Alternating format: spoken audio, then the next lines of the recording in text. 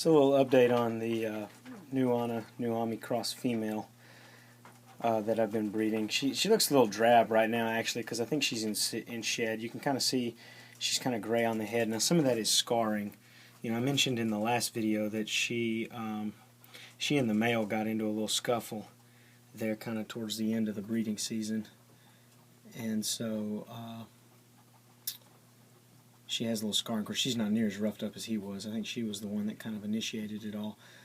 But you can kind of see that on her head. Now, she's not as colorful as he is, and I'm not 100% sure if that's typical, excuse me, with the Leachies, if they have any sexual dimorphism, if typically the males are more colorful. You know, there's a lot of species of organisms where males tend to have a little bit more shine to them than females, and I'm not positive if that's true of Leachies. Somebody could comment on the video if they are aware of that.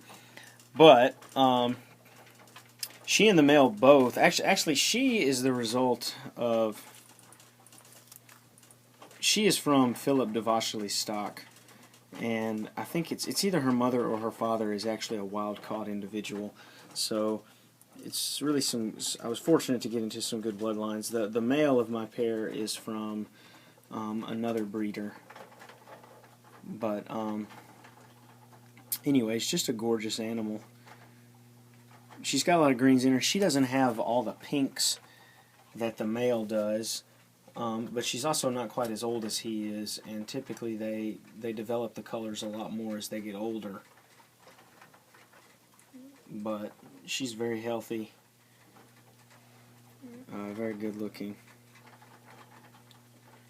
nice and fat. She's laid her last eggs for the season. Her first year breeding, and I didn't own her at the time, she laid 8 eggs, which is incredible for a Leachianus gecko, especially in their first season. And this year she laid 4, and that's expected because a lot of times these animals will, you know, they'll have a series of clutches that are large and numerous in one year, and then the next year they may not lay at all, or they'll lay smaller eggs or smaller clutches, and so that was kind of expected to happen this year. But hopefully next year she'll go back to laying at least 6 eggs. 3 different clutches would be nice.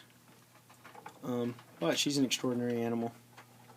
Proud to have her in my collection. See if I can get close on the eye.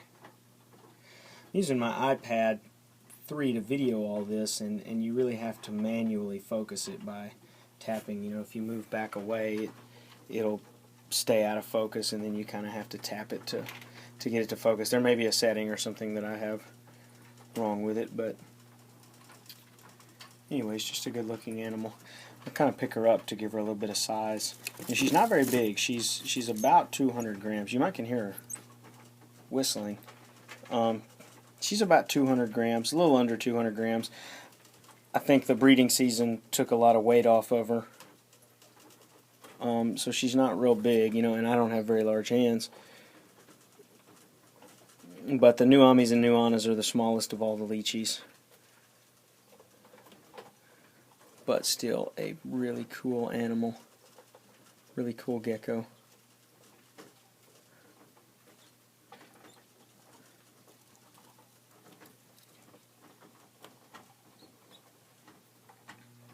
You can probably hear all my mice. I have several containers of mice in here.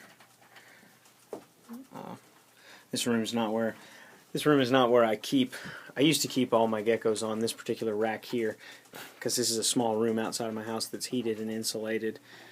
But it's now just become the room where I breed my feeders. That's 2 racks right there. All 3 of those right there are of dubia roaches. Actually, the only reptiles I keep in here is there's a couple of Kenyan sand boas in that container there.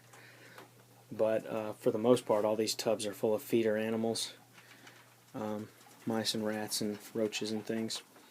And this is an empty cage that's out here that's just not being used at the moment. And this is just my light tent where I do photography and stuff that I built myself. No need to go out and buy an expensive light tent. You can build one on your own. The only real expense is in your bulbs. You have to get some you know, you gotta have to spend about $10 on each bulb, and you need to get some really high color temperature bulbs around 6,000 color temperature, and that's going to kind of simulate actual sunlight. And if you're curious on how to actually make your own light tint to take good pictures in, you can contact me. There she is way up there in the corner. All right.